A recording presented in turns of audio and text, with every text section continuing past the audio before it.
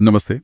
आज हम कई स्रोतों से मिली जानकारी के आधार पर बात कर रहे हैं। इज़राइल और ईरान के बीच एक बहुत ही आप कह सकते हैं गंभीर सीधा टकराव चल रहा है। जी बिल्कुल। तो आज हम इसी जटिल स्थिति को थोड़ा समझने की कोशिश करेंगे कि आखिर हुआ क्या है, असर क्या पड़ रहा है और आगे क्या हो सकता है। बिल्कुल। और ये स्थिति जैसा आपने कहा अब एक तरह के पूर्ण हवाई युद्ध जैसी दिख रही है।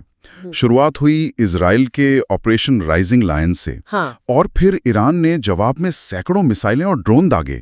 तो ये पहले जैसे प्रॉक्सी युद्ध होते थे ना, उनसे काफी अलग और कहीं ज्यादा खतरनाक है। तो ये ऑपरेशन राइजिंग लायन ये 13 से 15 जून के बीच हुआ था, है ना? इसने क्या किया? मैंने सुना है 100 से ज्यादा ईरानी ठिकानों को निशाना बनाया गया। हाँ, 100 से भी ज्यादा। और ये सिर्फ सैन्य ठिकाने नहीं थे। इसमें ईरान के परमाणु कार्यक्रम से जुड़े अहम स्थल भी शामिल थे, जैसे Tehran, Natanz, Isfahan, Kermanshah, Tabriz. अच्छा, और तरीका भी देखिए, हवाई हमलों के साथ साथ मोसाद के ड्रोन हमले। और दिलचस्प बात यह है कि इजराइल ने पहली बार माना कि ये ड्रोन उन्होंने ईरान के अंदर ही जो गुप्त बेस बना रखे हैं वहां से उड़ाए। ओह, ये तो बड़ी बात है। उनकी पहुंच। जी, उनकी पहुंच और ऑपरेशनल क्षमता का ये एक बड़ा संकेत है। बिल्कुल। और फिर ईरान का जवाब, वो भी कुछ कम नहीं था। सैकड़ों बैलिस्टिक मिसाइलें, ड्रोन, सब इजराइल की तरफ।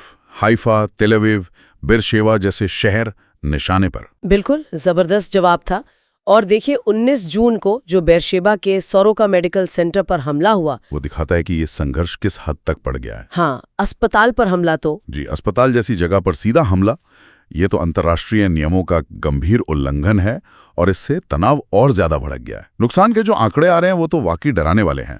ईरान में 600 साढ़े 600 से ज्यादा मौतें, और इसमें काफी नागरिक भी हैं, और करीब 1300 घायल। हाँ, और इजराइल में भी कम से कम 24 मौतें और 300 से ज्यादा घायल बताए जा रहे हैं। और सिर्फ जाने ही नहीं, बुनियादी ढांचे को भी नुकसान हुआ है दोनों तरफ। अस्पताल, डे केयर सेंटर्स। बिल्कुल। और यहाँ अब वो दावों का दौर भी चल रहा है। इजराइल कह रहा है कि उन्होंने ईरान के परमाणु कार्यक्रम को कम से कम 2-3 साल पीछे कर दिया है। अच्छा।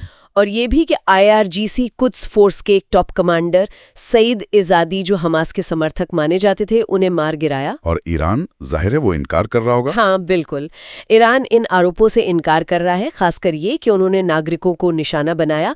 दोनों ही एक दूसरे पर अंतर्राष्ट्रीय कानून तोड़ने का आरोप लगा रहे हैं। और इस सब के बीच IAEA यानी अंतर्राष्ट्रीय परमाणु ऊर्जा एजेंसी, जी, उनकी चिंता बहुत जायज है। उन्होंने चेतावनी दी है कि परमाणु ठिकानों पर हमलों से रेडियोधर्मी प्रदूषण का भयानक खतरा है।